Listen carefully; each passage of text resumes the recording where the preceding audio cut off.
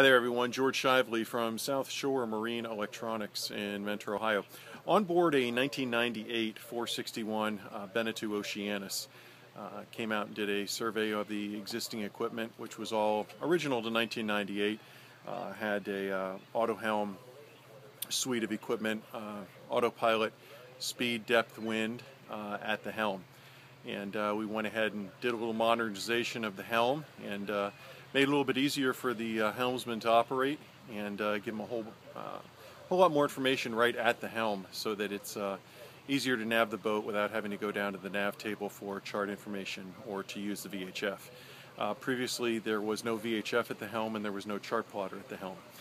Just your basic wind instrumentation, speed, depth, wind, and a GPS numeric lat and lon. So taking a look at the boat now, this is what the helm currently looks like.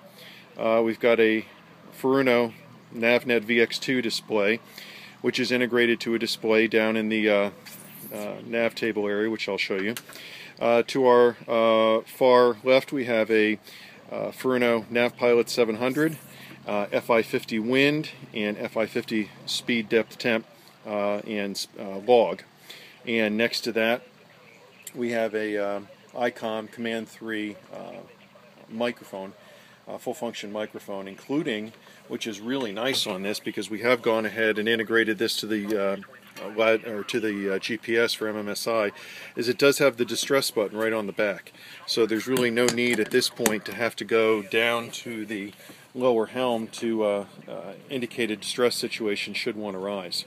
We had initially discussed putting the VX2 display right where the instruments are.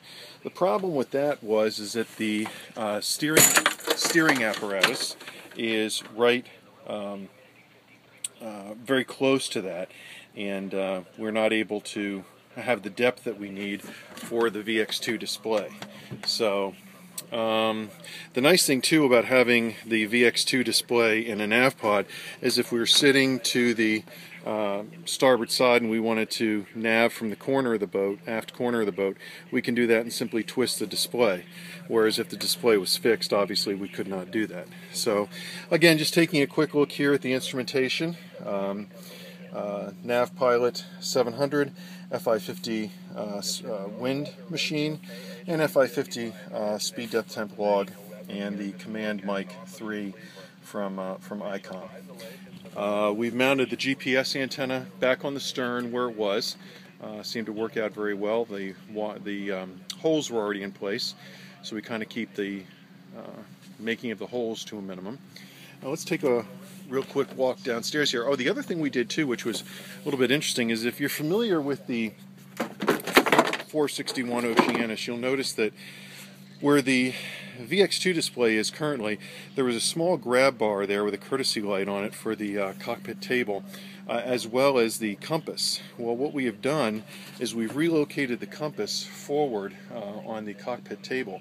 So as you're standing here at the helm, you still can, get a glimpse of the compass out of the top of your eye if need be. But really, it's not critical because, as you can see on the NavPilot 700, your digital heading is right there. So even if the pilot is not engaged, you still have your digital heading right in front of you. The standard magnetic compass is really there just as a fallback in case there's catastrophic failure, which of course is not anticipated. So we'll take a walk downstairs and then we'll show you what the nav table looks like down here, because we've done a fair amount of work down here as well. Turn down the VHF a little bit. This is what the nav table looks like now.